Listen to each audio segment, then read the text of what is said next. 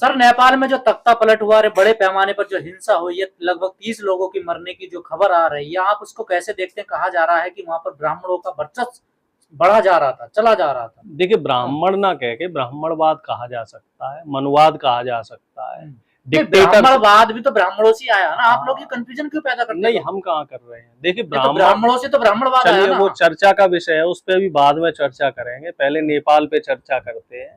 यहाँ पे लोकतंत्र की हत्या हुई है। लोकतंत्र की हत्या कैसे हुई कि बोलने की आजादी को खत्म किया गया।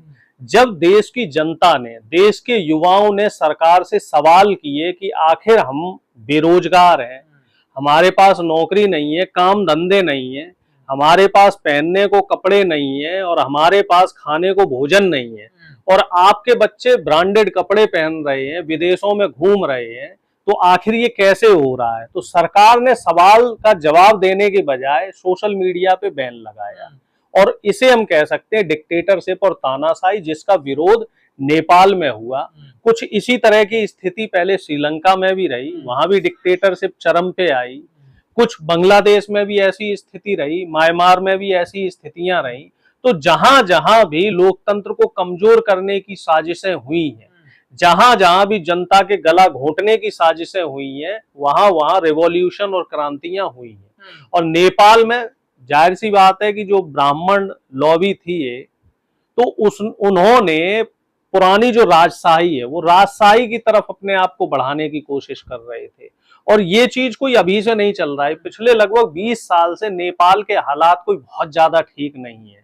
वहां हर 2 साल में, हर 1.5 साल में सरकारें बदल रही हैं, अस्थिर सरकारें हैं, और अस्थिर सरकार एक कमजोर लोकतंत्र को पैदा करती है। जहां पे भी मजबूत सरकार चाहिए, तो वहां मजबूत सरकार के लिए एक स्थायी लोकतंत्र का होना बहुत जरूरी है।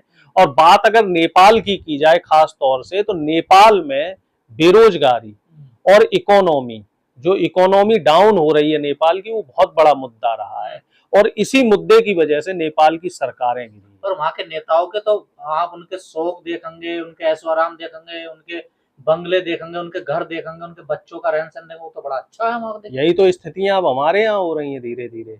बस हमारा क्या है, देश बड़ा है, यहाँ पे कई प्रदेश है, सभी का अलग अलग मुद्दे हैं, तो इस वजह से यहाँ आंदोलन नहीं हो पा रहे हैं। नेपाल क्या है कि वहाँ लगभग एक जैसी स्थितियां हैं, लगभग एक जैसी बोली भाषा है। तो लोगों ने देखा कि भैया नेता मलाई खा रहे हैं और जनता भूखी मरी जा रही है। नेताओं के लड़कों को मोटरसाइकिल, वो सॉरी माफ कीजिएगा, नेताओं के लड़के तो हेलीकॉप्टर पे घूम रहे हैं और जनता फुटपाथ पे सो रही है। जनता को नौकरी नहीं है 5,000 की भी, 10,000 की, और नेताओं के लड़कों को वीवीआईपी ट्रीटमेंट मिल रहे हैं। नेता भाई साहब अपना वीआईपी कल्चर में जी रहे हैं और बात करते हैं देशवाद की, राष्ट्रवाद की, बात करते हैं देश प्रेम की। तो ये जो जहां जहां भी आप देखो ना, जिस जिस देश में ये राष्ट्रवाद की चाशनी पिलानी शुरू की जाए, जहां जहां भी ये धर्म की अफीम चटानी शुरू की जाती है, उस देश में करप्शन बढ़ता है।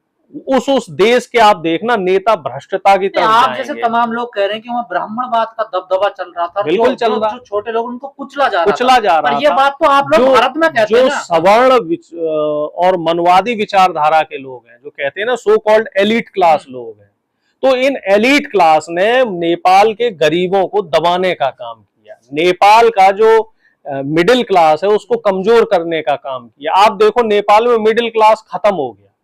नेपाल में या तो वो 5% अमीर लोग हैं या 95% गरीब लोग हैं, और जो युवा पीढ़ी है उसके बीच में इस समय निराशा है। और निराशा इस कदर से है, मैं कुछ आर्टिकल्स पढ़ रहा था, तो वो आर्टिकल की बात अगर माने भाई, उनमें मैं कह रहा हूं अगर 10% भी सच्चाई है, तो वो आर्टिकल का ये कहना है कि नेपाल में बेरोजगारी इस कदर है कि पिछले 15 साल में वहां रोजगार को लेकर सरकार की तरफ से कोई योजना नहीं बनाई गई।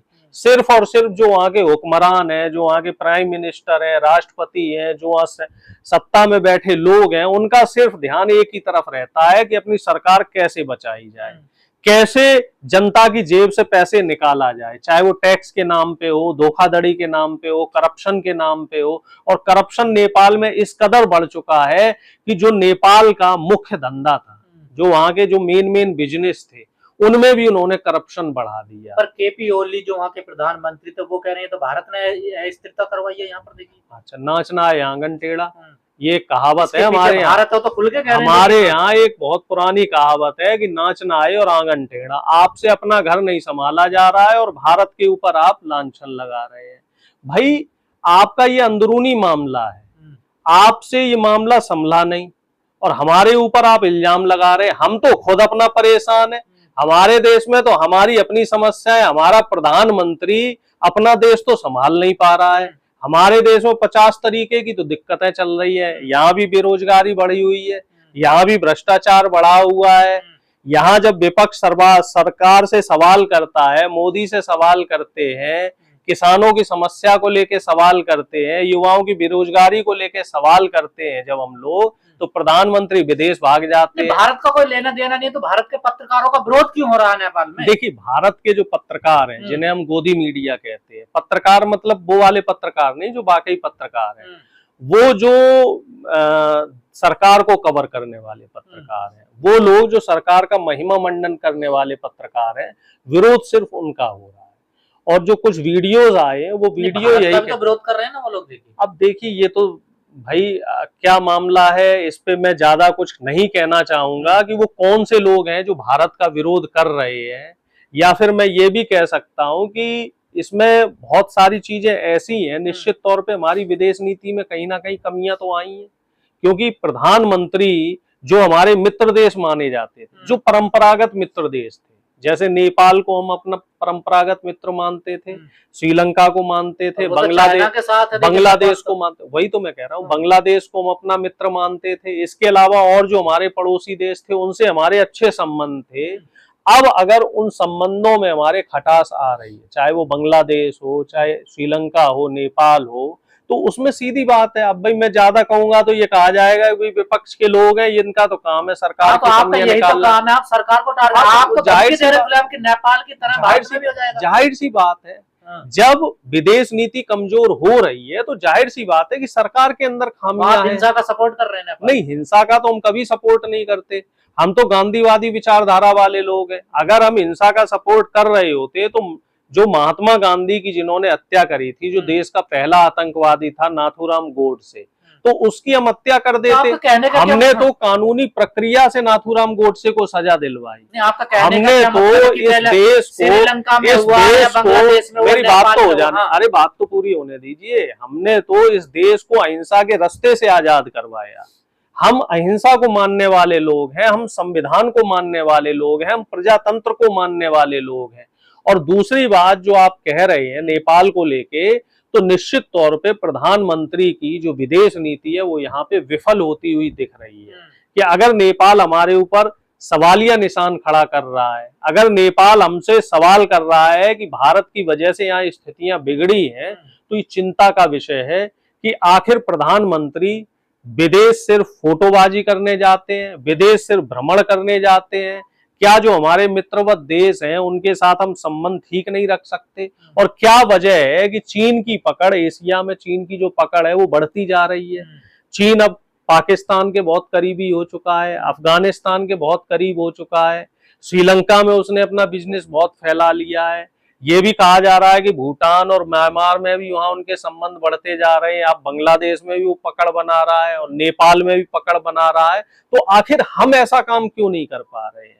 प्रधानमंत्री की विदेश नीति सिर्फ पर्यटन नीति बन के क्यों सीमित हो रही है? क्यों उनका जो विदेश जाने का दौरा है वो एक पर्यटन दौरा बन के रह रहा है? फोटो हो जाती है, उसकी रील बन जाती है, लेकिन उससे कोई निष्कर्ष क्यों नहीं निकल के आ रहे हैं?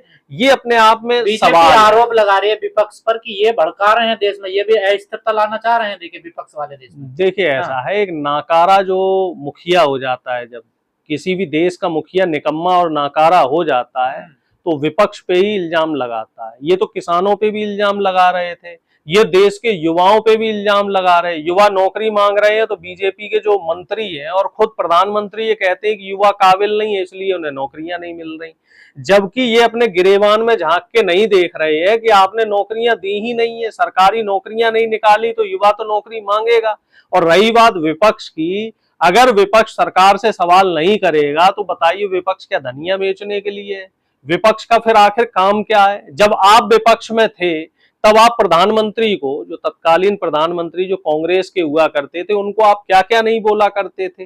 लेकिन अब जब आप सत्ता में आ गए हो तो सवाल से डरते हो। सवाल होंगे, जो व्यक्ति सत्ता में होगा, जिस व्यक्ति की जवाबदेही होगी, जिस व्यक्ति की जिम्मेदारी होगी, उससे सवाल किया जाएगा। और सवाल तो प्रधानमंत्री से ही होंगे, क्योंकि हर जगह क्रेडिट लेने का काम प्रधानमंत्री करते हैं।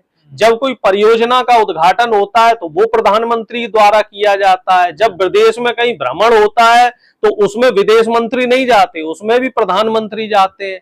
तो अब अगर देश में अस्थिरता आ रही है, देश के हालात बिगड़ रहे हैं, नेपाल अगर हमारे ऊपर सवाल कर रहा है, नेपाल अगर हमसे ये कह रहा है, आखिर नेपाल का ऐसे साहस क्यों हुआ? वो कह रहा है कि भारत का हाथ है, तो निश्चित तौर पे जो हमारी सरकार है उस सरकार की विदेश नीति में खामी है। ये तो सभी ने आरोप लगाया, बांग्लादेश ने भी लगाया, पाकिस्तान ने भी यही आरोप लगाया। जब इमरान खान हटे वहां से तो पाकिस्तान ने भी यही कहा कि भारत का हाथ है, बांग्लादेश में भी यही हुआ।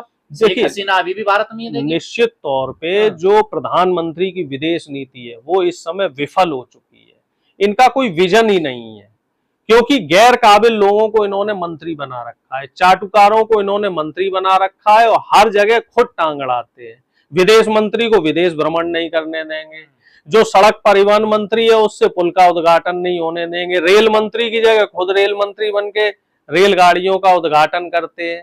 तो जब पर्टिकुलर जो जो डिपार्टमेंट जिस व्यक्ति के हैं उस काबिल आदमी को वहां बैठाओगे तभी तो देश हित में काम होगा। जब हर जगह आप खुद पहुंच जाओगे, हर जगह आप अडानी के नाम के पट्टे करा दोगे, तो देश अडानी सिर्फ अडानी से नहीं चलेगा ना, फिर तो वो आप भी डिक्टेटरशिप की तरफ जा रहे हो। देश चलेगा जब सबको बराबर मौके मिलेंगे। देश तब चलेगा जब आप विपक्ष की भी सुनोगे, जनता की भी सुनोगे। सिर्फ अपनी कह देने भर से, अपनी डींगे हाँक लेने से तो देश नहीं चलेगा।